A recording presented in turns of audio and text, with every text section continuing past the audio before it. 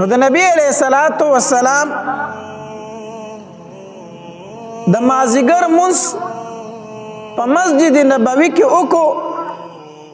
او 10,000 صحابه کرام د ځان سره مرګري کړو او یې چې زو مکه مکرمه باندې حمله کو د نبی علیہ الصلوۃ والسلام په بیبیانو کې د نبی علیہ الصلوۃ والسلام سره دوه بیبیانې ملګری وي ام سلمہ رضی الله تعالی عنها او میمونه رضی الله تعالی عنها دا دواړه بیبیانې د نبی علیہ الصلوۃ والسلام سره په دې سفر کې وي چې کله نبی علیہ الصلوۃ والسلام مقام جحفی ته ورسید ذوالحلیفہ نو الته سره حضرت عباس رضی الله تعالی عنه میلو شو چې د خپل کور سامان په سارو باندې بار کړی دی او خپل بچی ور سرم دی او کور والا ور سرم ده نبی علیہ الصلوۃ والسلام ورته فرمایل عباس تر چرته روانیم ورته وی د الله پاک پیغمبره زه درتلم مدینه منورې ته ما هجرت کو زه خو تا پسې در روانیم ته خو دې خوا را روانې نبی علیہ الصلوۃ والسلام ورته فرمایل خپل اهل و عیال او سامان چې کم دی دا مدینه منورې ته ولېږه او ته زمونږ سره ملګری شه مونږ په مکه باندې حمله کوو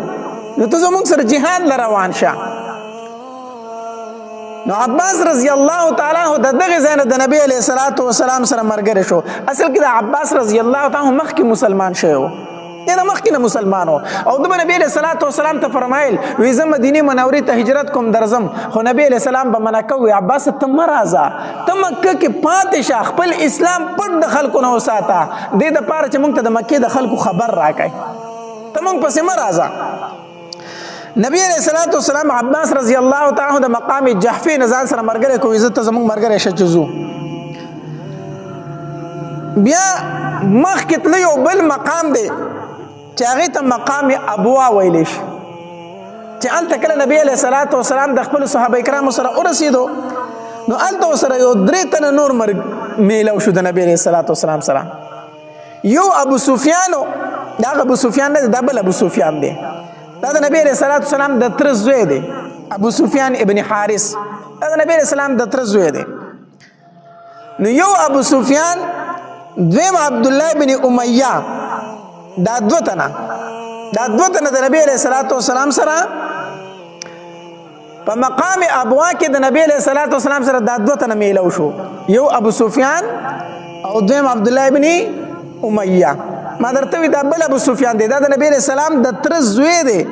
ابو سفیان ابن حارث د حارث زوی دی او دا د نبی علیہ الصلوۃ والسلام رضاعی ورور مو د ابو سفیان رضاعی ورور ځکه نبی علیہ السلام د حلیمی بیبي په خوړلیو کنه او د ابو سفیان هم د حلیمی بیبي په خوړلیو نو دا دواړه رضاعی ورور مو نو د نبی علیہ السلام د تر زوی مو رضاعی ورور مو او دا د نبی علیہ السلام د وړوکوالي ډیر سخت ملګری و داسې ملګری و چې نبی علیہ السلام بچرته و نو دی به ورسره و داسې کنه په د وړوکوالي کې مرګتیا وي د هلکانو کنه نو دې ملګری و د تره زامن مو ملګری مو چې چېرته به نبی علیہ السلام هلته به سره د ابو سفیان خامخا موجود و داسې مرګتیا و ډېر یو بل باندې مین و خو چې کله نبی علیہ الصلوۃ والسلام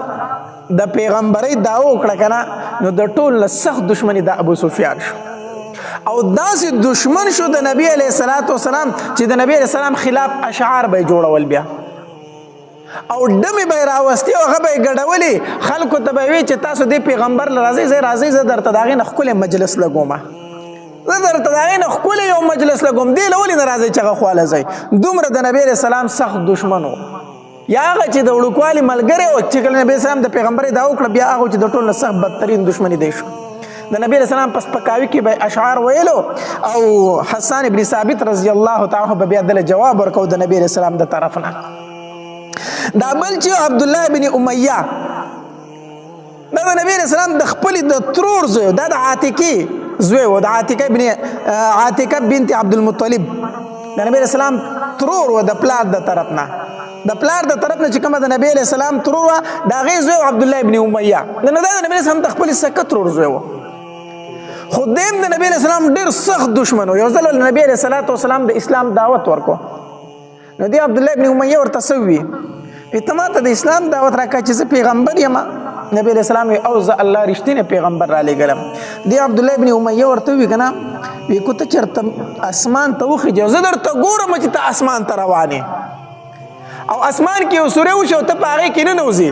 او د هغې طرفه در سره فرشتې ملګري او تا یو خط راغستی د الله د طرف نه او په هغې کې الله لیکلي چې دا زما پیغمبر دی بیا دې نه منم. دا دومره بیا د نبی علیه السلام سخت دشمن شو دومره سخت دشمن شو. نو په مقام ابوا کې دا دواړه د نبی علیه السلام سره میلاو شو. چې دوی میلاو شو صحابه کرامو ته تپوس وکړه که تاسو چېرته ځئ وایي موږ خو مدینې منورې ته در روان په نبی علیه السلام باندې ایمان مو راوړو. صحابه کرام راله نبی علیه السلام له زیری ورکو وی د الله پاکه پیغمبره ستا د وړوکوالي هغه دوست ابو سفیان او ستا د خپلې ترور زوی عبدالله ابن امیه هغه دواړه مسلمانېږي اجازت ورله ورکړه چې راشي کلمه ورته ووایي. نبی علیه السلام وفرمایل زما مخې له مه راولئ زما مخې له مه راولئ. صحابه کرام حیران شو د الله پاکه پیغمبره تا خو به د دوی دپاره ډېرې دعاګانې غوښتې ته خو به په دوی پسې ډېر زیات خفه وې او دعا به دې غوښته چې الله یو مې د وړوکوالي ملګری دی یو مې د ترور زوی دی الله دا مسلمانان کا او اوس چې هغه مسلمانېږي ته ترې مه خاړئ. نبي علیه السلام وفرمایل بس ما خوالی مه راولئ دوی ما ته ډېر تکلیف راکړی دی دوی ما ته ډېر زیات تکلیف راکړی زما خوالی مه راولئ. هر صحابي به راته خوشحالېده به په نبي علیه السلام به یې زیری کو چې د الله پاکه پیغمبر ستا د وړوکوالي دوست ابو سفیان او ستا د ترور زوی عبدالله ابن امیه مسلمانېږي رایولو. د نبی علیہ السلام د طرفه به ورته جواب میلاو شو ما خوالی مه راولئ زما خوالی مه راولئ. د نبی علیہ السلام سره ام سلمه رضی الله تعالی عنها په دې سفر کې دوی هغې ته وویل وي ته زموږ لږ سپاره شو که نبی علیہ السلام ته که نه. نو ام سلمه رضی الله تعالی عنها راله نبی علیہ السلام لره وی د الله پاکه پیغمبره ستا د نبوت او ستا د ښو اخلاقو نه خو پردی خلک محرومه نه دی دا یو دی د وړوکوالي دوست دی او بل دی د ترور زوی دی دوی به ستا د اخلاقو نه څنګه محرومه ځي. د الله پاکه پیغمبره اجازت ورله ورکړه چې راشي چې ایمان راوړي. نبی علیه السلام ورته وفرمیل ام سلمه ډېر تکلیف یې راکړی دې دواړو ډېر تکلیف راکړی. یو زما په سپکاوي کې اشعار جوړولو او دې بل ته ما خبره وکړه د ایمان نو ده ماله داسې جواب راکړو چې کو د الله د طرف نه سره فرشتې راشي او ماله د الله د طرف نه خط راوړي بیا دې نه منم داسې جواب د ماله راکړی دی. دوی رالو علي رضی الله ام سلمه رضی الله تعالی سپارش کوي د الله پاکه پیغمبره زما امید دی چې دا به ستا نه محرومه نه پاتې کېږي زما امید دی چې ته به دوی محرومه کوې نه. دلته کې دوی دواړه راله علي رضی الله تعالی عنه لره علي رضی الله تعالی دوی دواړو ته وویل زه درته یوه طریقه ښیم کېدای شي نبي علیه السلام تاسو معاف کوي. څنګه داسې وکئ که نه چې تاسو لاړ شئ چاته وایئ ما او ډایرکټ د نبی علیه السلام مخې ته ودرېږئ په خپله ورشئ چاته وایئ ما او چې د نبی علیه السلام مخې ته ودرېږئ که نه نو دا آیات په ووایئ تالله لقد آثرک الله علینا وان کنا لخاطئین. دا آیت په سوره یوسف آیات مبارکه دی چې کله د یوسف علیه السلام ورونه راله یوسف علیه السلام ته ودرېدل او وی پېژنده چې دا خو زموږ ورور دی او موږ کوی ته ورته وکړی و او الله د هغه نه څه جوړ کړی دی بادشاه او پیغمبر یې جوړ کړی دی د ملک بادشاه دی اوس موږ خو کوی ته ورته وکړی و. نو وروڼو یې وي تالله لقد آثرک الله علینا وان کنا لخاطئین قسم په الله الله ته په موږ باندې غوره کړی موږ خطا کار ته الله غوره کړی په موږ باندې موږ نه خطایي شوې ده. ولاړ شئ د نبي علیه السلام وړاندې ودرېږئ د نبي علیه السلام او دا آیت مبارکه تاسو ووایئ. ابو سفیان چې څنګه راغی او نبی علیه السلام ته مخامخ ودرېد که نه دا آیت یې ووي تالله لقد آثرک الله علینا وان کنا لخاطئین قسم په الله د الله پاکه پیغمبره الله ته په موږ غوره کړې خو موږ خطاکارو موږ نه پوهېدو. چې کله دا آیت ولوستو نبی علیہ السلام چې ورته څنګه وکتل نو نبی علیہ السلام ولې جواب ورکو وی لا تثریب علیکم اليوم په تاسو هیڅ ملامتیا نشته دی یغفر الله لکم وهو ارحم الراحمین الله به تاسو ته بخښنه وکړي الله ډېر رحم کوونکی دی ځئ تاسو مسلمانان شوئ. ګوره نبی علیہ السلام به چې څوک به ورته مخامخ راغی بیا به نبی علیہ السلام مخ مبارک نه شو ټینګولی ورته نبی علیہ السلام ورته وفرمایل لا تثریب علیکم اليوم په تاسو هیڅ ملامتیا نشته دی خیر دی به کو ماته خو هر څه ویلي ما معاف کړي یې. بیا او نبی علیہ الصلوۃ والسلام ورته فرمایل الاسلام یخدم ما کان قبله تاسو چې مخکې ما سره څه کړي دي اسلام هغه ارس تاسو ختم کړو هغه ارس تاسو ختم شو د اسلام د وجه نه ټول ګناهونه درته الله معاف کړو دی ابو سفیان به بیا د نبی علیہ الصلوۃ والسلام په مدح کې اشعار ویل په مدح کې به اشعار ویل او دی به د نبی علیہ الصلوۃ والسلام مخامخ نه راتو نه براتو د نبی علیہ السلام نه به څنګه څنګه ته ګرځیدو او هانه کې نبی علیہ السلام بوله د جنت زیری ورکول اے ابو سفیان اے زما د وړوکوالي مرګریا اے زما رضاعی ورته خو جنتی نبی علیہ السلام بوله د جنتی زیری ورکو خدای به شرمېده په خپل کړو باندې دوم رستو مانو او دا رنګي عبد الله ابن ابي اميه دغه با د نبی علیہ الصلوۃ والسلام نه چرته دې په ژوند کې هم د نبی علیہ السلام ته به بیان دي کتلی چې کوم ځای کې به نبی علیہ السلام او د صلی الله خکته کتل د خپل ملامتیا د وجه د نبی علیہ السلام ته به بیان وکتلی به هر حال په لار کې ورسره دوی میلو شي دا دواړه ملګری دا دواړه صحابه کرام ابو سفیان او عبد الله ابن ابي اميه دوی مسلمانان شو د نبی علیہ الصلوۃ والسلام سره روان شو نبی علیہ الصلوۃ والسلام خو د رمضان المبارک میاشو پر لسم رمضان دوی روان شي وو د نبی علیہ السلام او د صحابه کرام روزه وا خو چې یو ځای ته ورسېدل نو په نبی علیہ الصلوۃ والسلام باندې په خپل هم او په د صحابه کرامو باندې هغه روزه ډیره ګرانه شوه ځکه یو ګرمي وا دویم جهاد ته روانو نو کمزورتیام په بدن کې راتله نو چې نبی علیہ السلام وکتل چې زما صحابه کرام د روزې د وجې نه کمزوري کیږي نبی علیہ السلام صحابه کرامو ته فرمایل روزه ماته کړئ روزه تاسو څه کوي ماته کوي ځکه حدیث مبارک کې راځي لیس من البر الصيام فی السفر دا نیکی نه ده چې ته په سفر کې روزه ونیسي دا نیکی نه ده چې ته په سفر کې څه ونیسي روزه ونیسي نو نبی علیہ السلام صحابه کرامو ته فرمایل په خپل روزه ماته کړه صحابه کرامو ته فرمایل تاسو روزه څه کوي ماته کوي ځکه جهاد لروان یې کمزوري کېږي روزه اس په نبی علیہ السلام په صحابه کرامو څه کړله ماته کړله د امام ابو حنیفه رحمه الله مذهب دا دی چې کو سفر د مشقت وي تکلیف والا سفر وي نو پای کې ته روزه خوړې شي بیا چې کله کوجه شي د هغې به سره وګرځئ قضا به راوګرځئ خو که چېرته سفر د آرام وي لکه نن سبا ایر کنډیشن والا بسونه دي جازونه دي هېڅ تکلیف پکې نه نو که سفر د راحت وي بیا روزه نیول بهتر دي غوره دي وجه دا ده چې د روزې مبارکې چې کم فضایل دي دا په نورو میاشتو کې بیا نشته ځکه چې د رمضان المبارک کم فضایل دي دا په نورو میاشتو کې بیا نو اگر چې د دې روزې به ته وروسته قضا راوګرځئ خو په رمضان المبارک کې چې د روزې کم ثواب هغه خو نشته دی که نه هغه رحمتونه هغه فضیلتونه خو بیا نشته دی نو نبی علیہ الصلوۃ والسلام او صحابه کرامو روزه ماته کړله مقام مر الزهران ورته ویلی شي ځکه اوږد سفر دی د مدینې منورې نه چې مکه مکرمه ته ځي الله دې موږ ټول بار بار بوزي ډېر لوی سفر دی نو چې کله مقام مر الزهران ته راورسېدل که نه نو نبی علیہ الصلوۃ والسلام وفرمایل صحابه کرامو ته وی دلته تاسو پړاو واچوئ دلته کې ځکه شپه د دلته آرام کو ماسخوتن ټیم نو چې دا تیاره خوره شوه که نه نو نبی علیہ الصلوۃ والسلام وفرمایل وی د خپلو خیمو سره ورونه بل کړئ اور نه دی اور بل کړئ دا د عربو عادتو چې کوم ځای کې به پړاو اچو که نه نو هلته کې به د خپلو خیمو سره اور بل کو یو خو پخلی مخلی به هم تیارول ځان لا دویم دا اور به ځکه بل کو چې دا لوکي برخ وخیږي او خلک یې ویني چې دلته قافله راغلی او قافله پاتې کېږي نو خلک به راغی د هغې سره به تجارت وکړو څه به یې په دوی خرڅ کړو څه به یې د دوی نه واغستل داسې تجارتي قافلې به روانې وي نو د اور به یو علامت به د لرې نه به ښکاره شو چې پلانکي ځای کې قافله د خلک به راټول شو نو تجارت پالته کې وشو میله به ولګېدله نو نبی علیہ الصلوۃ والسلام فرمایل وی د خپلو خیمو سره تاسو بل کوئ اورونه بل کوئ دغلته کې مکې والا ته خو پته وه چې موږ د نبی علیہ السلام سره واده خلافي کړې ده او یو ورځ به نبی علیہ السلام په مکه باندې حمله کوي کو ارکله ده خپل ځان خو ورته معلومه و چې موږ بدعهدي کړې ده نو دوی به کله کله د شپې چکر لګو چې یاره د مدینې منورې د طرفه خو خیر دی که نه څه حمله ممله خو نه کېږي نو درې تنه راوتي وو یو ابو سفیان ابن حرب او دویم بودیل بن ورقه او دریم حکیم دا درې کسانو د مکی سردارانو دوی راوتي وو بارې چکر وو چې یاره د مدینې منورې د طرفه خو خیر دی که نه څه حملې مملې خو بس دغه نه دوی چې وکتل خیمې لګېدلې ورونه بلیږي دا یو بل نه تپوس کوي وی بودیله د ابو سفیان د بودیل نه تپوس کوي بودیله معلومیږي دغلته کې چېرته قافله راغلي ور بلګي خیر خو دی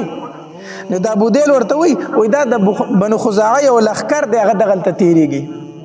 د بنو خزاعه یو لښکر دی په دغې طرف باندې تېرېږي نو ابو سفیان ورته وی بودیله لږ د عقل لږ کار واخله بنو خزاعه دومره زیات دي ته خو د خیمو د ورونو ته وګوره که نه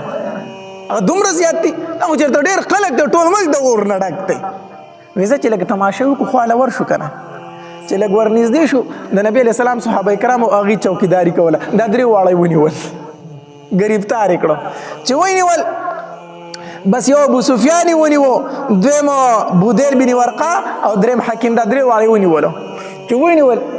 عباس رضی الله تعالی عنہ مسلمان شو کنه دلته سره کسان خبرې کوي څوک وي وجنو څوک وي نبی علیہ السلام خواله بیا دا خبرې ورسره کوي په دې کې دغه تېرېدو عباس رضی الله تعالی عنہ عباس رضی الله تعالی عنہ په خچره باندې سور دی نو چې خبرې واورېدې ویره دا خبرې خو د ابو سفیان دي خبرې د چا دي د ابو سفیان وایي پېژندو که نه نو اواز یې ورته وکړو نږدې ورغی وی ابو سفیانه ابو سفیان منډه کړه وی عباس ته دلته وي او زه دلته یم وی وجنې مې ما بچ کا نو عباس رضی الله تعالی عنہ فرمایل ای ابو سفیان قسم په الله کو د بچ کېدو بله لارې خو زما خچر ته راخېږه نو ایله به بچ کېږي زما خچر ته راخېږه بس ابو سفیان منډه کړه د عباس رضی الله تعالی عنہ سره په خچر سره شاته کېناستو عمر رضی الله تعالی عنہ چې وکتل چې ابو سفیان دی توره یې راویسته او رامنډې کړې رامنډې و چې دا خو د نبي سلام د ټولو نه سخت دشمن دا دی ځکه غزوه بدر کې دی و په غزوه احد کې دی و په غزوه خندق کې دی و په ټولو جنګونو کې د نبي علیه السلام خلاف جنګېدل او مشري به یې کوله عمر رضی الله عنه چې ولیدل چې ابو سفیان لاس له راغلی دی او مسلمان شوی هم نه دی توره یې راواغسته او رامنډې کړې ابو سفیان د عباس رضی الله تعالی ته فرمایي وی عباسه وی دا پوری خو عمر نه دی را روان وی را روان دی وی قسم په الله زما د مرګ دپاره را روان دی وی زما د مرګ دپاره را روان دی جو عباس رضی الله تعالی خچر په منډه کو اوس عمر رضی الله پیدل عباس رضی الله په خچرو دی په منډه اغسته دی نو د شا اړې ورته عمر आवाज وکړو وی ای عباس قسم په الله لږ ودرېږه دا خو د نبي علیه السلام ډېر سخت دشمن دی ته یې زما نه چېرته ځغلی او که د نبي علیه السلام خواله دی به اوس بیا زما په لاس نه راځي ځکه چې دی مسلمانېږي او نبی علیہ السلام ولې پناه ورکوي خو د نبی علیہ السلام د رسېدو نه مخکې لږ مال راکړه چې زه به د خپله توره لږه سړه کړمه عمر رضی الله عنه پسې منډې وخي عباس هم په منډه اغوستی دی د هغه نه ځغلی عمر رضی الله ته منډې وایي حتی در دې چې د نبی علیہ السلام خواله یې ورسو وی د الله پاکه پیغمبره ابو سفیان دی را سره ابو سفیان دی را سره نبی علیہ الصلوۃ والسلام ورته فرمایل ښه ابو سفیان دی او وی دې کوم ځای وی ستا ملګرو ګرفتار کړی دی ستا ملګرو څه کړی دی ګرفتار کړی دی نبی علیہ الصلوۃ والسلام ابو سفیان ته وویل وی ابو سفیانه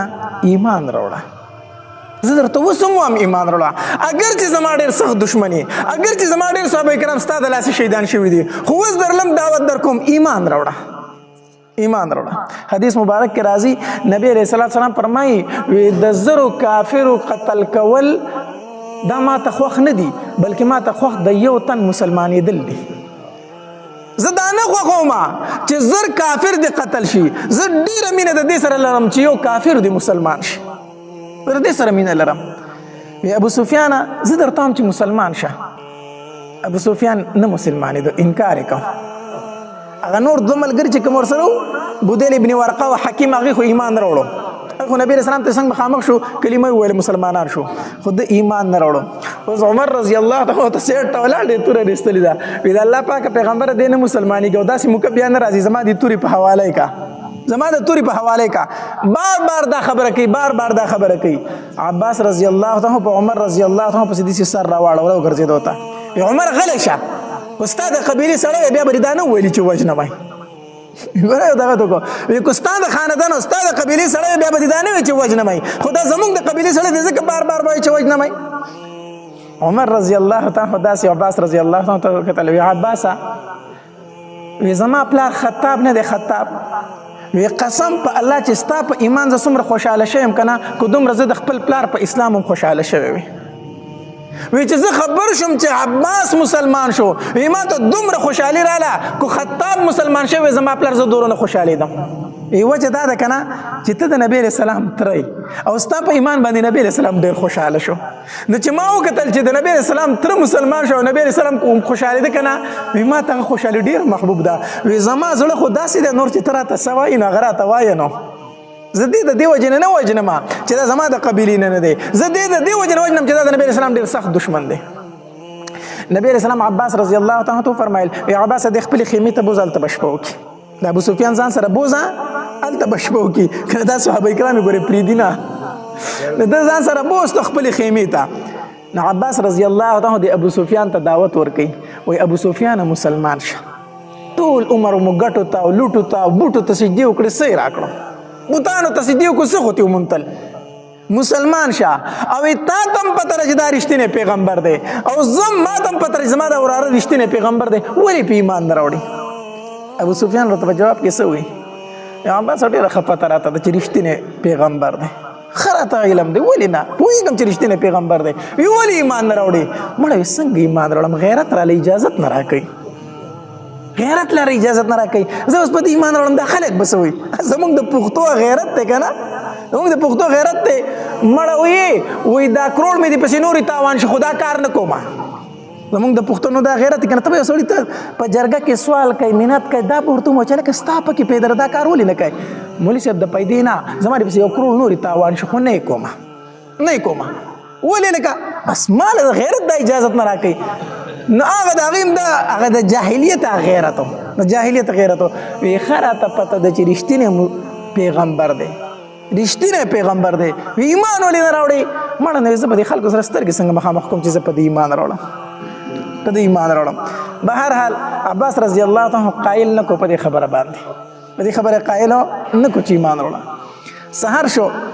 بیا ورسره عباس رضی الله تعالی ملګری دی وی راځه نبی علیه السلام خواله ځو خو چې څنګه را روان دی په نبی علیه السلام سترګې ولګېدې که نه نو بې اختیاره وي اشهد ان لا اله الا الله و اشهد ان محمدا عبده و رسوله ایمان یې راوړ ابو سفیان مسلمان شو چې مسلمان شو ابو سفیان عباس رضی الله عنه نبی علیه السلام تو فرمایل وی د الله پاکه پیغمبره د ابو سفیان چې دی د مکې سردار دی مکې مشر پاتې شوی دی نو دته دا فخر لږ خوند ورکوي دا خوښوي چې ما ته لکه څه یو امتیازي غونته شان وی لکه ده دا خبرو سره لږه مینه ده نو دته یو عهده غونته که ورکړي چې دی پرې خوشحاله شي نبی علیه صلات وسلام وفرمایل وی څوک چې د ابو سفیان کور ته په مکه کې داخل شو هغه ته امن دی هغه ته څه دی امن دی دا ورله نبی علیه السلام یو عزت ورکو که نه د ابو سفیان کور ته چې په مکه کې څوک داخل شو هغه ته امن دی هغه ته به موږ هېڅ نه وایو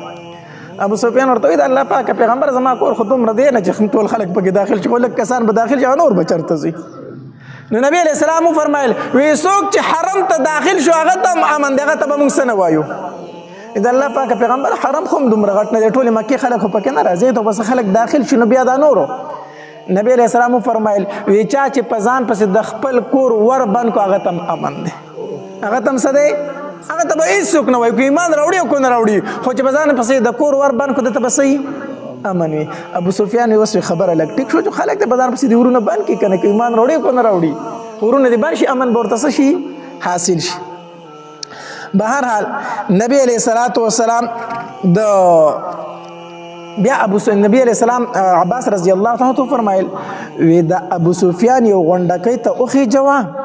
چې دا ټول صحابه کرام یې ویني چې څوک ورته څه ونه وایي ځکه چې هر سړی وي د قبیلې د مکې سردار ابو سفیان د هر سړی د په مرګ پسې ګرځي نو د غونډکۍ ته یې وخېجوه چې دا ټول مجاهدین یې ویني چې څوک ورته څه ونه وایي چې پته ورته ولګي چې دا مسلمان شوی دی وی ټیک شو راځه نو ابو سفیان ځان سره داسې یو غونډۍ ته وخېجو عباس رضی الله تعالی سره ودرېدو نو داسې قافلې را روانې دي یوه قافله را روانه ده د مجاهدینو د صحابه کرامو او د یو امیر دی هغه جنډه نیولې ده نو دغرنګې د مهاجرینو قافله راله د شی بند کوي ما په خیال اواز کوي اواز کوي ښه د مهاجرینو قافله راله او د هغې نه مشر چې کوم مخې ته امیر روانو هغه حضرت زبیر رضی الله تعالی عنه هغه جنډه نیولې ده او شاته پسې مهاجر صحابه کرام روان دي.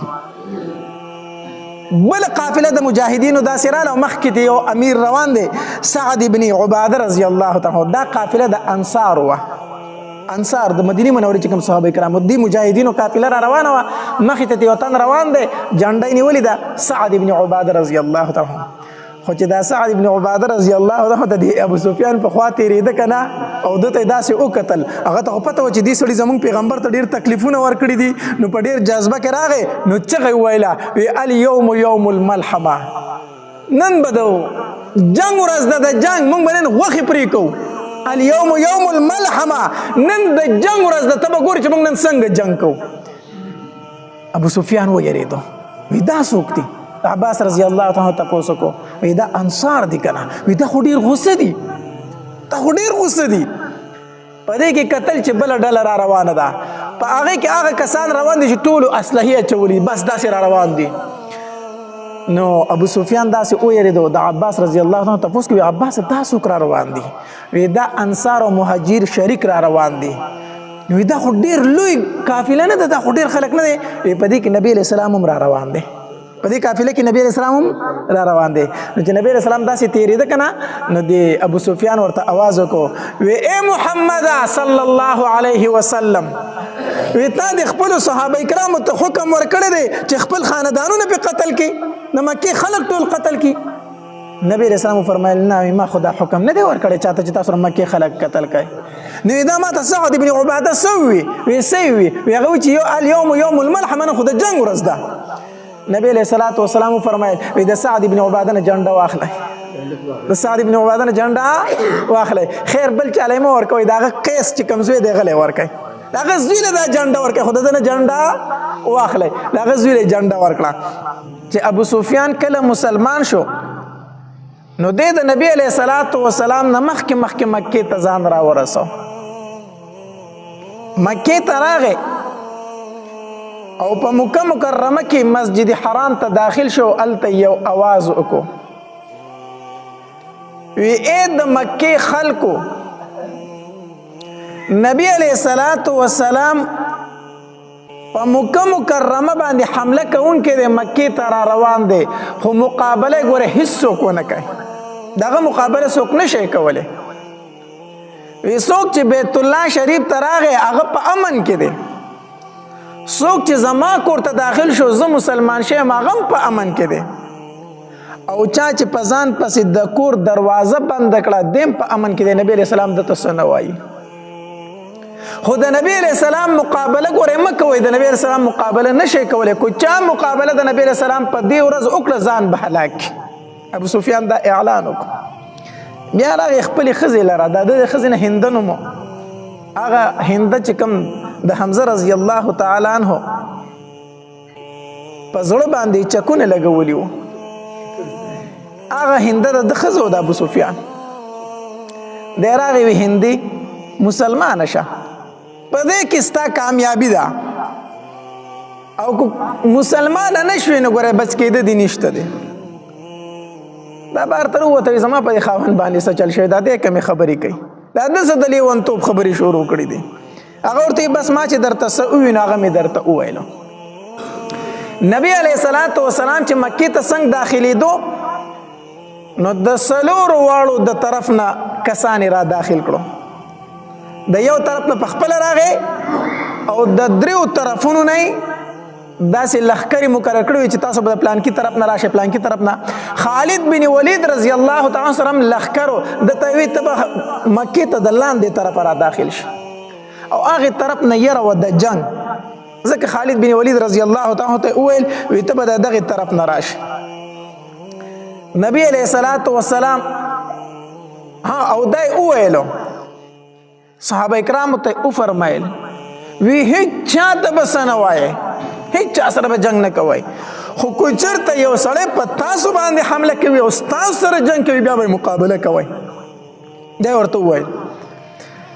نبی علیہ الصلوۃ والسلام چې مکې ته داخلېږي انتهایی په عاجزۍ سره دی، خوشحالم دی خو انتهایی په عاجزۍ سره. ځکه هغه خبرې ټولې زړه ته راځي که نه هغه ټولې خبرې په فکر کې راتلې چې ما سره په دې مکه کې دوی څه نه دي کړي زه په کومه طریقه د دې مکې نه ایستلی ما زما لورګانو ته طلاقونه دوی ورکړي دي زما لورګانې زخمي کړي دي بلال یې په سرو شګو سملولی دی هغه ټولې خبرې ورته یادې دي او نن هغې مکې ته په غلبه باندې را روان دی حدیث مبارک کې راځي وایي نبی علیه السلام سر داسې ټیټ کړی دی چې مکې ته را دننه کېږي او دومره په عاجزۍ سره یې سر ښکته نیولی دی وایي د نبي علیه السلام د ګیرې مبارک ویښته چې دي که نه د اوښ د کجاوې سره به لګېدل د اوښ د کجاوې سره د نبي اسلام د ګیرې مبارک د ویښته لګېدل داسې سر ټیټ نیولی ډېر په عاجزۍ سره مکې ته را داخل شو او څنګه چې را داخل شو په خوږ اواز سره په تیز اواز سره د دې آیاتونو تلاوت شروع کو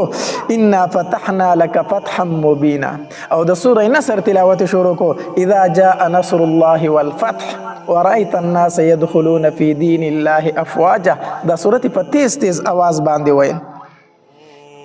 نبی علیہ الصلوۃ والسلام مکې ته را داخل شو ناصافي نظر ولګېدو چې د خالد بن ولید رضی الله تعالی تور چمک وي پړکیږي داسې صحابه کرام تور دي دا چمک وي پړکیږي نبی علیہ الصلوۃ والسلام خالد بن ولید رضی الله تعالی وروغتو وی خالد داسې دي ته ما د جنگ نه منع کړي تا خو جنگ شروع کړي تور دي پړکیږي دا الله پاک پیغمبر ډیر صبر مې وته کو ډیر صبر مې وته کو ما په حمله نه ده کړې دوی په ما باندې حمله وکړه زه یې نه پرېښودم نو چې په ما حمله وکړه تا راته ولي چې بیا به جوابي کاروایي کوي جو ما پې هم شروع کړه نو د مسلمانانو نه صرف 2 کسان شهیدان شوي او د کفارو نه 12 کسان مردار شو نور وتښتېدل بس معمولی غونته کې جګړه پکې راغله فتح مکې پر باندې نور داس جنگ نه دی شوی د خالد بن ولید رضی الله تعالی په لښکر باندې داسې د لوفران غونته هلکانو دوی راویځه شوي وو په ده باندې حمله وکړه چې حمله وکړه چې ده پې شروع وکړه بیا به وتښتېدل 12 کسان ترې مردار شو صرف 2 صحابه کرام ترې نه شهیدان شو د مسلمانانو نه نبی علیه الصلاة والسلام راغې او چې څنګه راغې نو د ام هاني کور ته لاړو ډایرک نبی علیه السلام د ام هاني کور ته داخل شو او چې د هغې کور ته داخل شو نو 8 رکعته مونځ یې وکړو د چاش ټیم نبی علیه السلام 8 رکعته مونځ وکړو ام هاني ورته ویل دا د نبی علیه السلام د ترو لور او د علي رضی الله تعالی عنه خور وه د ام هاني ورته وویلو وی د الله پاکه پیغمبره زما د خاوند 2 رشته دار دی هغه زما سره پناه اخیستې ده او زما غرور نه دی علي اپسې توره رستلې دی چې زه یې وجنمه هغې زما سره پناه اخیستې ده علي یې وجني زما ورور یې نه پرېږدي نبي علیه الصلاة والسلام وفرمایل وی څوک چې د ام هاني کور ته داخل شو هغه په امن باندې دی علي دوی ته څه مه وایه دوی ته ام هاني پناه ورکړې ده دوی ته څه مه وایه نو نبي علیه الصلاة والسلام بیا حرم ته داخل شو او د خانه کعبې طواف یې وکړو او د خانه کعبې نه چې کم ګیر چاپېره 380 بوتان پراته وو د نبی علیه الصلاة والسلام په لاس مبارک کې داسې یوه لخته وه او حدیث مبارک کې راځي یو بوت ته به یې داسې نیوه او دا آیت به وي جاء الحق وذهق الباطل ان الباطل كان زهوقا دا آیت به وي او یو بوت ته به یې لخته داسې مخامخ کوله او څنګه چې به ورته لخته مخامخ کړه بوت په نسکور را پرېوتو دا ټول بوتان ځمکې ته 380 بوتان ځمکې ته را پرېوتل نبي علیه السلام یې دا لرې کړی د دې ځای نه چې کله طواف یې وکړو بیا نبي علیه الصلاة والسلام عثمان ابن طلحه رضی الله تعالی عنه راوغوښتو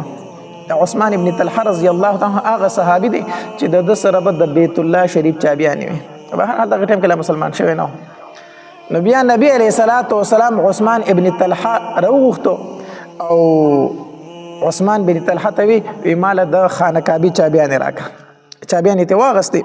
او نبي علیه الصلاة والسلام چې څنګه د خانه کعبې دروازه کوله وکړه نو دننه پکې تصویران لګېدلي وو خانه کعبه کې دننه دي کافرو تصویران لګولي وو نبی علیه الصلاة والسلام فرمایل وی د خانه کعبې نه دننه دا تصویران لرې کوي او د زمزم په اوبو وینځئ د زمزم په اوبو باندې وینځئ نو خانه کعبې نه تصویران لرې کړه شو د زمزم په اوبو باندې وینځلې شوه نبی علیه الصلاة والسلام خانه کعبې ته داخل شو او مونځ یې پکې دننه وکړو او چې دنه پکې منځ کو د الله اکبر چغې ورله په هر ګوټ کې وواله خانه کعبه په ګوټونو باندې وګرځیدو الله اکبر دا چغې وواله او دو صحابه کرام سره هم دنه شو بیت الله شریف ته بلال رضی الله تعالی عنہ او اسامه رضی الله تعالی عنہ دا دو صحابه کرام سره خانه کعبه ته دنه شو چې کله نبی علیہ الصلوۃ والسلام خانه کعبه کې منځ وکړو او دروازه کوله کړه بار تر و د خانه کعبه په دروازه کې ودرېد نو غیر چاپیر حرم شریف مکمل دخل کوډا کو با غیر چاپیر د خانه کعبه نه څومره ایره دا مکمل د مکه ټول خلک راچې درو زید کړو نو نبی علیہ الصلوۃ والسلام د خانه کعبه په دروازه کې ودرېد د سیده درشلې اونیوي او نبی علیہ الصلوۃ والسلام یو خطبه وایله وګړه خطبه ده نبی علیہ الصلوۃ والسلام پکې دا آیتوم تلاوت کوم یا ایها الناس انا خلقناکم من ذکر و انثى وجعلناکم شعوبا وقبائل لتعارفوا ان اکرمکم عند الله اتقاکم اے خلکو تاسو د یو سړی د آدم علیه السلام او د یوې زنانه د حوا بیبي نه پیدا شوی تاسو د یو سړی اولاد په تاسو کې خکت او پورته نشته او چت او کوز در پکې نشته دی ها ان اکرمکم عند الله اتقاکم د الله په نسبت باندې په تاسو کې غوره هغه انسان دی چې هغه تقوا دار دی بس کو هغه د ار نسب سره تعلق ساتي الله دا نسبونه په تاسو کې د پاره پیدا کړی چې او پیجندل شي په تاسو دا د پہچان د پاره دا د پیجنګلو د پاره دی په عربو کې د عادت او جغې په دې نسبونو باندې ډیر فخر کو نو نبی علیہ السلام په دې آیت کې دا غیر رد کو په فتح پکې پر چې په نسبونو باندې ګوره فخر نشته دی فخر کو دین هغه صرف په تقوا باندې دی نبی علیہ الصلوۃ والسلام به فرمایل وی اے قریشو ستاسو خیال چې زبردن ستاسو سره سکوما غیر چاپیر خلک وړل کنه هر سړی ته خپل ظلم رایات دی چې ما د پیغمبر سره او د ملګرو سره سکړی دي هر سړی ته خپل عمل مخې ته دی نبی علیہ الصلوۃ والسلام ورته فرمایل اے قریشو ستاسو زما متعلق څه خیال چې زبردن تاسو سره سکوما هغه ورته وای زمونږ ته نیک روري او زمونږ نیک وراره زمونږ دا غ نیک رور زوی نبی علیہ الصلوۃ والسلام ورته فرمایلی فإني أقول لكم كما قال يوسف لإخوته زنن تاسو ته هغه خبره کومه چې یوسف علیہ السلام خپل ورونو ته کړی و یوسف علیہ السلام خپل ورونو ته ویل ویلا تسریب علیکم اليوم تاسو ملامت نه خیر دی په تاسو باندې ملامت یا نشته دی زدر تموما چې لا تسریب علیکم اليوم په تاسو باندې هیڅ ملامت یا نشته دی اذهبوا فانتم الطلقاء زی تاسو کورونو ته تاسو ته اسم نام تاسو آزاد یې ما سره چې هر څه کړی دي ما تاسو څه کړلای معاف کړی نبی علیہ الصلوۃ والسلام فرمایله بیا د نبی علیہ الصلوۃ والسلام سره هغه چابیان د خانه کعبه وی نو چې څنګه وروته نو د خانه کعبه په دې صحن کې دغلته کې حرم کې کېناستو چې کېناست د نبی علیہ السلام چابیان په لاس کې داسې په لاس کې اړولې راړولې علي رضی الله تعالی عنہ پاسېدو وی د الله پاک پیغمبر دا کنجیانی مونږ لراکه خانه کعبه د چابیانی مونږ لراکا زکه چې د حجانو باندې د زمزم کول او بو زمونږ ذمہواری ده نو د خانه کعبه د چابیانی مونږ لراکا چې دام زمونږ ذمہواری شي دا مونږ ته حواله کا نبی علیہ الصلوۃ والسلام اسونه ویلو د الله د طرفنا آیت نازل شو ان الله یأمرکم ان تؤدوا الامانات الى اهلها امانت په خپل اهل ته واپس کوئ د الله پاک پیغمبره دا چابي چې تا د چانغست د ستا سره امانت ته دا هغه چاته واپس کړي چې چانه دی اغست ده نبی علیہ الصلوۃ والسلام فرمایلی عثمان ابن طلحه شو مال رو واړی هغه وروغتو چې راغی وی هم دا چابيانی دی والا د خانه کعبه د چابيانی والا او دا ستا سره نه دا به تر قیامت پورې ستا سره استاد اولاد استاد خاندان سره وي او نبی علیہ الصلوۃ والسلام ورته فرمای وی دا زنه در کوم دا الله در کړی دا زنه در کوم دا چا در کړی الله تبارک وتعالى در کړی الله آیت نازل کو چې ان الله یامرکم ان تؤدوا الامانات الى اهلها به هندا چا بیان واخلا بیا نبی علیہ الصلوۃ والسلام حرم شریف کې ناشته د ماسپخین ټیم شو چې کله د ماسپخین ټیم شو د بانګونو اذانونو ټیم شو د ماسپخین د اذانونو ټیم شو نبی علیہ الصلوۃ والسلام بلال څه شو مالا بلال لګو ګورای خلک ورته بلال دا دی بلال روغتو وی بلال د خانه کعبه چت ته اوخه جو د ماسپخین اذان پیوکا ماسپخین اذان پیوکا د خانه کعبه چت ته اوخه جا بلال رضی الله تعالی عنہ د خانه کعبه چت ته اوخه تو او د ماسپخین اذان پیوکا اذان وکړو بیا چې د دې بلال رضی الله تعالی عنہ ځل چاته پوسکو بلاله په مدینه منوره کې خو یقینا ته د نبی علیه السلام مؤذن یې، ته دلته اذان کوي، ټیک شو. خو د فتح مکې په ورځ باندې ستا په وهم او ګمان کې دا و چې نبی علیه السلام به ما ته وایي چې په بیت الله کې هم ته اذان وکړه. بلال رضی الله عنه فرمایي دا زما په وهم او ګمان کې هم نه وه، دا زما په سوچ کې هم نه وه چې نبی علیه الصلاة والسلام به ما ته وایي چې د فتح مکې په ورځ باندې د ماسپښین بانګ ته ووایه، اذان ته وکړه د ماسپښین. وجه دا وه ما وایي چې دلته کې ډېر لوی لوی سرداران ناست دي، ابو بکر هم ناست دی، عمر هم ناست دی، عثمان هم ناست دی، علی هم ناست دی رضی الله تعالی عنهم اجمعین، نور لوی لوی سرداران د مکې ناست دي. بلال خو په مکه کې د غلامۍ ژوند تیر کړی دی، هغه دلته کې یو غلام پاتې شوی دی. بلال ته نبی علیه السلام څه ووایي چې راشه بلال ته اذان وکړئ. زما خو په سوچ کې هم دا نه وه، خو د نبی علیه الصلاة والسلام دا انصاف و چې بلال زما د مسجد نبوي مؤذن دی، نو بلال به زما په بیت الله کې هم اذان کوي. نو چې کله بلال رضی الله تعالی عنہ د ماسپښین اذان کو کنه، نو غیر چاپیره الکان هم ولاړو، نو یو څو الکانو نو چې بلال رضی الله تعالی عنہ به اذان کو، نو هغوی پیښې کولې د اذان. نو په هغې کې یو الک ابو محظوره نو چې کله بلال رضی الله تعالی عنہ به اذان کو کنه، نو د به هم په تیزه باندې د بلال رضی الله عنه سره د پیښې به کولې، لکه څنګه دا واړه چیږي دغه شان پیښې ته د بلال رضی الله تعالی عنہ کولې، دم اذان کو. نو چې اذان ختم شو نبی علیه السلام یې ماله دا واړه ونیسئ زما خواله راولئ. نو دوی ونیول صحابه کرامو، نو نبی علیه الصلاة والسلام لی راوستو، نو دوی داسې رپېدل. ابو محظوره وي ما خو وي چې اوس به راباندې سزا اورئ، خو چې کومه سزا به نبی علیه السلام راکړي، کومه سزا به راکړي که نه. نو ما ته نبی علیه السلام زما اواز پکې لږ خوږ غونته، ما ته نبی علیه الصلاة والسلام وایي چې شابه دا وختي چې د کوم الفاظ ویل هغه بیا ووایه. ما نه شو ویلی، وایي چې شابه ووایه وختي چې د کوم الفاظ ویل هغه ووایه. ما اذان شروع کو چې الله اکبر الله اکبر کنه، ما ته وایي چې تیز وایه. زه خو یېرېدم په کلاره مې ویل، ما ته وایي چې تیز وایه. ما په تیزه شروع کو چې الله اکبر الله اکبر اشهد ان لا اله الا الله اشهد ان لا اله الا الله اشهد ان محمد رسول الله اشهد ان محمد رسول الله. وی دا اذان مې شروع کو، چې اذان مې شروع کو، وی نبی علیه الصلاة والسلام راله داسې په دې سینه باندې لاس راوکاږو، په دې سر باندې راله لاس راوکاږو. وی چې لاس یې راوکاږو، ما ورته ویل چې د الله پاک پیغمبره اشهد ان محمد رسول الله، خو ما خو ووایي چې دا د الله رسول دی، د الله پاک پیغمبره، زه مسلمان یم. وی دکه شان مسلمان شوم. په دغه وخت کې د 14 کاله عمر و. بیا مې نبی علیه الصلاة والسلام ته وفرمایل چې د الله پاک پیغمبره د دې بیت الله شریف مؤذن ما نه جوړوي،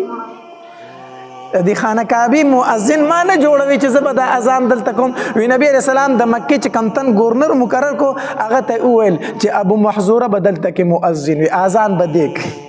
تر مرګه پورې ابو محظوره رضی الله تعالی عنہ بیا دغلته اذان کړی دی. خو ابو محظوره رضی الله تعالی عنہ بیا څنګه اذان کو؟ اخ شان اذان به کو چې کوم نبی علیه الصلاة والسلام ته کړی و. یو ځل به په کلاره وي، یو ځل به بیا په څه وي،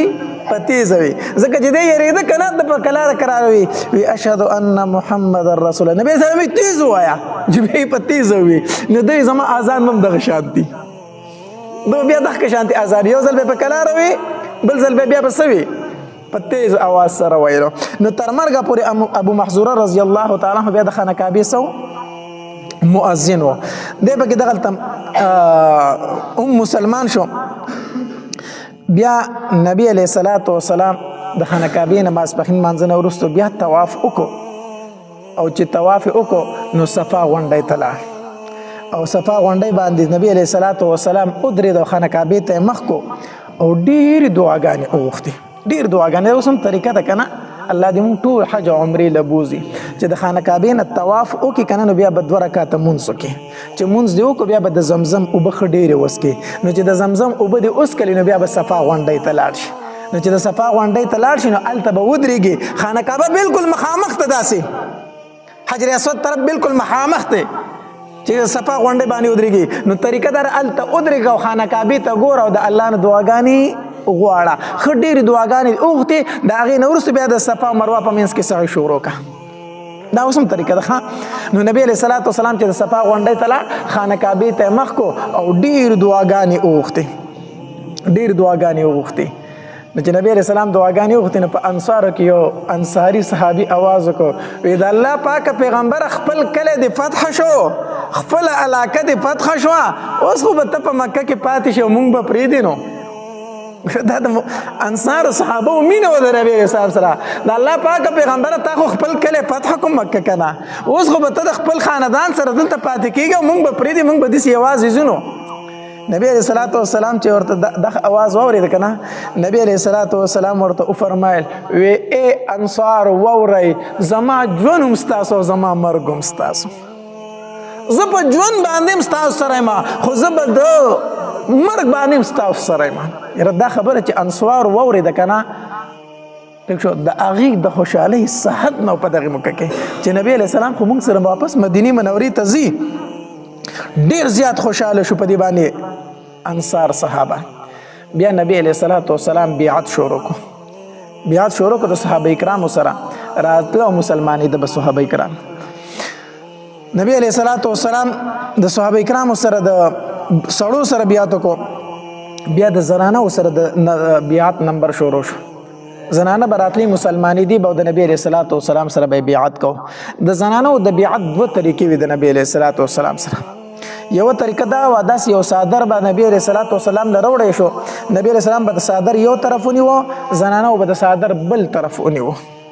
او د نبی علیہ الصلوۃ والسلام سره به بیعت کو یا به د پردې نه نبی علیہ السلام دی خو زنانه به د پردې نه اخواوي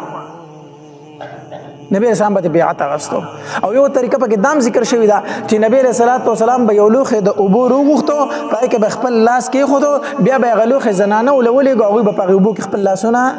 کې خودل عائشه بیبي فرمایي وې پردې زنانه د نبی علیہ الصلوۃ والسلام لاس چرته په ژوند باندې نه د مسه کړي د نبی رسول الله د لاس مبارک سره د پردو زنانه لاس چرته نه دی لګیدل دا سینه چې زنانو به د نبی رسول الله په لاس کې خدا بیعت پکړه دا سینه دي شوی چرته نو بیا د زنانو بیعت شروع شو نبی علیہ السلام په زنانو په کوم خبرو باندې بیعت اغستو هغه د آیت مبارکه کې ذکر دي یا ایها النبی اذا جاءك المؤمنات يبايعنك على الا يشركن بالله شيئا ولا يسرقن ولا يزنين ولا يقتلن اولادهن هغه په د آیت مبارکه کې ذکر دي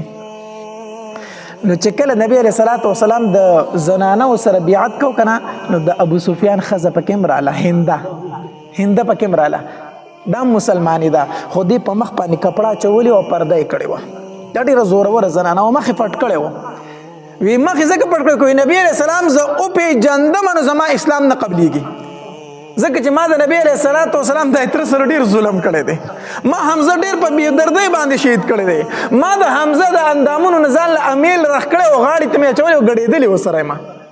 نو کو نبی علیہ الصلوۃ والسلام ته پته ولګید چې دا هنده د نبی زما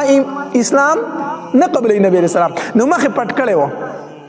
نو نبی علیہ الصلوۃ والسلام د زنانو نه بیعت اغستو نو اول ورته نبی علیہ الصلوۃ والسلام دا خبر وکړه د الله تبارک وتعالى سره به شریک نه جوړوي د الله تبارک وتعالى سره به شریکو د زنانو کې دا شرک لږ زیاتی د الله تبارک وتعالى سره به شریکو نه جوړوي هندي داغه طرف نه आवाज وکړو وی د الله پاک پیغمبر ټول عمر مګټو لوټو ته سجده وکړي سې راکړلو څه شي له شرک کو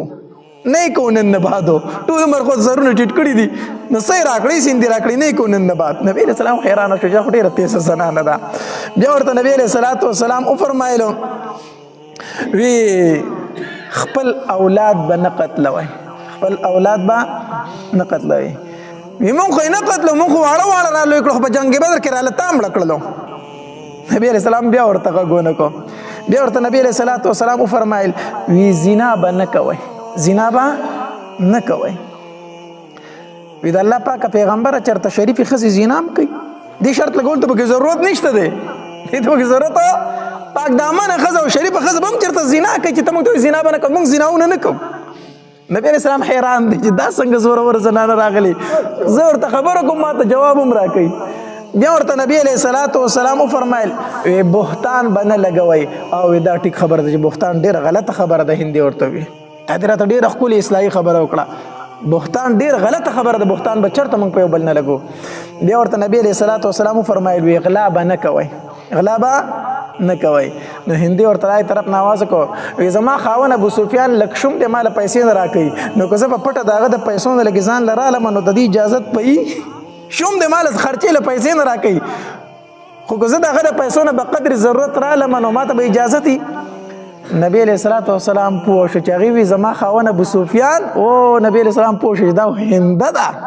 دې خو مخ پټ کړی و که نه خو چې دا خبره یې د خولې نه ووته وي زما خاوند ابو سفیان لږ شوم دی ما له پیسې نه راکوي نبی علیه السلام وپېژني ته هندی یو د الله پاکه پیغمبر زه هندی ما خو ځان مې ځکه پټ کړی ما ته فتح ده کو تا زه وپېژندم بیا ته زما اسلام نه قبلوي ما ستا د تره سره ډېر ظلم کړی دی نبی علیه الصلاة والسلام ورته وفرمیل الاسلام یخدم ما کان قبله اسلام مخکني ټول ګناهونه معاف کړي خیر دی چې زما د تره سره د ډېر ظلم کړی خو اوس مسلمان یې اوس صحیح مسلمان یې بیا ورته نبی علیه الصلاة والسلام وفرمیل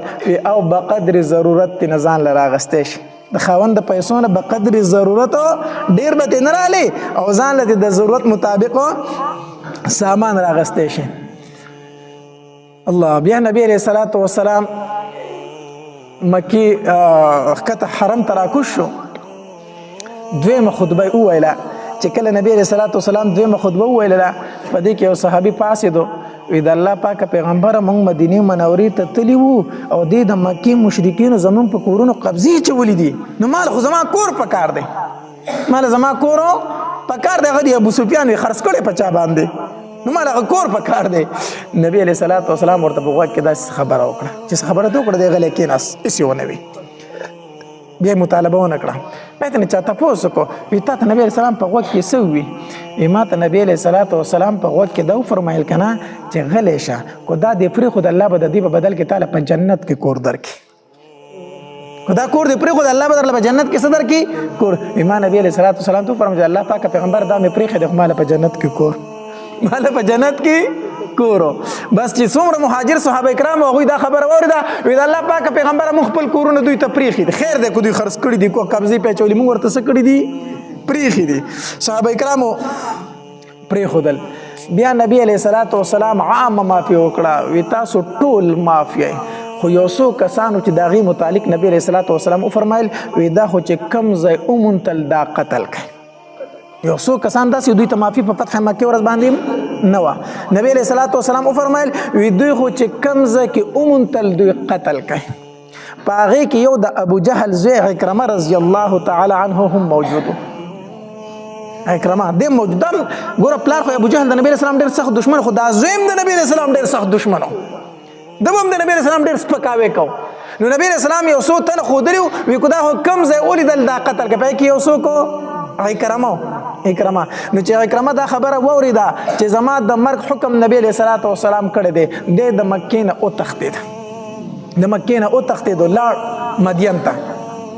هلته کې لاړو دلته کې ښځه چې کومه وه د عکرمه رضی الله تعالی ام حکیم دا نبی علیه الصلاة والسلام لراله مسلمانه شوه ښځه یې مسلمانه شوه چې مسلمانه شوه وی د الله پاکه پیغمبره زه د عکرمه ښځه یم زما خاوند د قتل حکم تا کړی دی که زه هغه ته پناه ورکړم زه پناه ورکولی شم نبی علیه الصلاة والسلام ورته وفرمیل ای ام حکیم چې ته خپل خاوند ته پناه ورکوې بس زما د طرفه ورته هم پناه ده نبی علیه السلام اخلاقو ته ګوره که نه تا ورته پناه ورکړه زما د طرفه ورته هم پناه ده د ام حکیم روانه شو په خپل خاوند پسې مدین ته هلته کې د عکرمه رضی الله تعالی تښتېده دی کشتۍ ته وخت چې کشتۍ ته وخت کشتۍ په دریاب کې اوبو راواغسته داسې بس دیکې شروع کړې په ډوبېدو شوه چې کم د کشتۍ مانکي و خلکو چغې کړې وي یا لات او منات او عزا ته یې چغې کړې خپلو بوتانو ته یې چغې کړې نه د کشتۍ هغه مانکي ورته وایي دي خلکو ته وایي دلته کې عزا او لات او منات کار نه کوي الله ته چغې وښئ الله ته چغې وښئ چې کله م کشتۍ دا اوبه ګډه وډه راولي بیا موږ الله ته چغې وښو نو عکرمه وایي ما په هلته کې سوچ وکړو چې دا لات او منات په دریاب کې کار نه کوي نو په وچه به څه کار وکړي نو چې الله موږ له په دریاب کې کار کوي نو په وچه به راله نه کوي نو د دغې پیغمبر نه بیا زه تښتم چېرته خو موږ ته دغه و چې یو الله رابلی او لات منات مه رابلی وي په کشتۍ کې مې دا قص وکړو کو الله ما ته خلاصۍ راکړو نو زه به په دغې پیغمبر باندې څه راوړم ایمان راوړم دا قص مې وکړو بهرحال الله دغې دریاب نه ورته نجات ورکړو وی چې وچې ته راووتم چې کتل مې په دې کې ام حکیم راپسې راورسېدله ښځه مې راپسې راورسېده وی ما ته وی چې ګوره کو د دنیا بل سرته م ورسې که نه په تښتېدو باندې خو د هلاکت نه نشي بچ کېدی د الله د ګریف نه به چېرته ځي راشه په دغې پیغمبر باندې ایمان راوړه او زه خو مسلمانه شوم ما خو په ایمان راوړی دی تا په ایمان راوړو او ایمان درله پناه م اخیستې ده څوک درته څه ویلی شي نه راځه ویې ښه عکرمه رضی الله تعالی ښځې ځان سره را روان کو عکرمه رضی الله تعالی فرمایي په لاره مې ترې مطالبه وکړه مسافري وه نو ما ترې کوروالي مطالبه وکړله وي دې راته وایي چې را نږدې نه شي زه مسلمانه یم او ته کافر یې ته کافر یې زما ستا میلاوېده جایز نه دي زه حیران شوم چې دا څنګه پیغمبر دی زما ښځې ته وګوره اوسو که نه نو به هر حال ویره ورسېدو نبي علیه الصلاة والسلام خواله خو چې لا راغلي نو د هغې نه مخکې نبي علیه السلام صحابه کرامو ته وفرمیل وی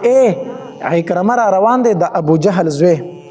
او مسلمانېږي نبي علیه السلام ته الله وحي وکړه عکرمه را روان دی د ابو جهل زوی مسلمانېږي خو یې پلار ته یې ګورې بد رد ونه وایې ځکه وی د مړو چې څوک بد بیانوي نو هغې باندې ژوندو ته تکلیف میلاویږي د مړو چې څوک بد بیانوي که نه هر څومره بد سړی خو ژوندو وارثانو ته پې څه میلاویږي تکلیف میلاویږي نو عکرمه را روان دی مسلمانېږي خو هسې نه چې تاسو په مجلس کې د ابو جهل بد ووایئ ځکه د هغه پلار دی هغه ته پې څه میلاویږي تکلیف به میلاو شي د نبي علیه الصلاة والسلام مجلس ته راورسېدل ښځه یې پرده کړې سیټ ته ولاړه د ام حکیم عکرمه رضی الله تعالی راغې وایي د الله پاکه پیغمبره ته ام حکیم ته زما دپاره پناه ورکړې ده ام حکیم ما ته پناه راکړې تا ورته ویلي دي چې او پناه ورته وکړې نبي اسلام او ما ویلي دي تا ته پناه ده تا ته څوک څه نشي ویلی وایي د الله پاکه پیغمبر زه راغلی یم چې ایمان راوړم نبي علیه الصلاة والسلام ورته ویي لاس را دې خوا که عکرمه رضی الله تعالی کلمه وویله اشهد ان لا اله الا الله وحده لا شریک له واشهد ان محمدا عبده ورسوله کلمه وویله مسلمان شو بیا عکرمه رضی الله تعالی وفرمایل وی د الله پاکه پیغمبر څومره مال مې چې د الله خلاف لګولی دی که نه د هغې دوچن به اوس د الله په لاره کې لګوم د الله په لاره کې به لګوم او څومره چې د الله او د الله د رسول خلاف جنګېدل یم که نه دومره به اوس د کفر خلاف جنګېږم او دکه عکرمه رضی الله تعالی عنه بیا د ابوبکر رضی الله تعالی عنه په دور خلافت کې شهید شو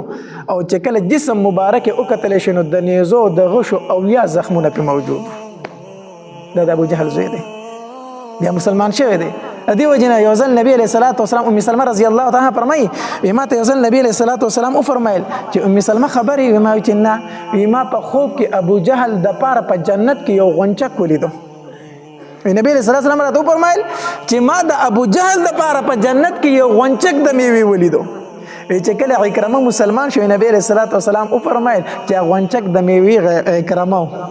دا عکرمه دا د هغه زوی و دې څه کېدو مسلمانېدو الله تبارک وتعالی ځکه او په فتح مکې په ورځ باندې د عکرمه رضی الله تعالی د لاسه یو مسلمان هم شهید شو دی خو کافر و که نه په یو مسلمان حمله وکړه هغه شهید کړو 2 تنه مسلمان شهید شي په کې یو ده شهید کړی و نو نبی علیه الصلاة والسلام ته خبر راغی وی هغه پلانکې صحابي چې هغه د ابو جهل زوی شهید کو عکرمه شهید کو وی نبی علیه السلام په خندا شو وی قاتل مقتول دواړه جنتیان دي قاتل مقتول دواړه جنتیان دي صحابه کرام حیران شو چې نبی علیه السلام څه وفرمایل مقتول خو ځکه جنتي دی چې مسلمان دی نو قاتل خو کافر دی عکرمه دی نو نبی علیه السلام په خندا شو قاتل مقتول دواړه جنتیان دي دا ځکه چې نبی علیه الصلاة والسلام ته فتح وه او وحي ورته میلاو شوی وه چې عکرمه به راځي او څه به کېږي مسلمانېږي به نو بیا عکرمه رضی الله تعالی هم د فتح مکې په ورځ باندې څه شو مسلمان شو د دې فتح مکې نه موږ ته یو لوی سبق میلاو شو سبق څه میلاو شو نبی علیه الصلاة والسلام ته چې کافرو څومره تکلیف رسولی دومره به موږ ته چې ته زموږ دشمن را رسولی د وطن نه ایستلي یو لورګانې راله زخمي کړي دي ملګري راله په تودو شګو سملولي دي غلامان راله د ملګرو نه رخ کړي دي نورو ته دشمنۍ د وجې نه طلاقونه میلاو شوي دي کم تکلیف نبی علیه الصلاة والسلام ته نه میلاو شوی په مکې په ورځ باندې خو چې د نبی علیه السلام غلبه پرې راله که نه نو څه فرمایي نبی علیه السلام لا تسریب علیکم اليوم په تاسو هېڅ ملامتیا نشته زه ما معاف کړي یې ما څه کړي یې معاف کړي یې زه حیران یم په خپل حالت باندې په جرګه کې به ته لاړ شي چا دپاره که نه سوال منت په ورته کوي هغه درته په جواب کې څه وایي الله دې پناه راکړي الله دې پناه راکړي کفري خبرې پکې کوي بعضې وی که هغه پلار مې د قبر نه راپاسې نه معاف کومه او که د الله پیغمبر راپسې راشي نعوذ بالله نه معاف کومه بعضې وی که الله پکې راکوز شي نه معاف کوم نعوذ بالله دا کېږي که نه کېږي دا خبرې دا چې څوک وکړي دی دا نه وایي چې زه مسلمان یم په دې ټایم کې ښه دې ځان ته بیا مسلمان نه وي دوباره دې کلمه ووایي تلې د اسلام نه وتی دی چې الله را پسې را کوشي کړو د الله پیغمبر راشي زه دا خبره نه منم په دې سره دې مسلمان نه پاتې کېږي زه ورته وایم ته د الله د پیغمبر نه ډېر غیرتي د الله پیغمبر له چې څوک راغلی ما معاف کوي ما معاف کړی یې په تا پسې جرګه راغلې ستا په دیره کې ناسته ده سوال درته کوي منت درته کوي ته وایي نه معاف کوم نه معاف کوم نه معاف کوم ما سره دا کړي ما سره دا کړي دي د الله پیغمبر ډیر غیرتی دی هغه معاف کوي موږ دغه امتیان یو تا پسې جرګه راله سړی معافی له راغې ته یې مسکه معاف کا الله تبارک وتعالی به د دې اجر درکړي الله تبارک وتعالی به د دې بدله درکړي الله تبارک وتعالی دې موږ د نبی علیه الصلاة والسلام په طریقو باندې روان کړي واخر دعوانا ان الحمد لله رب العالمین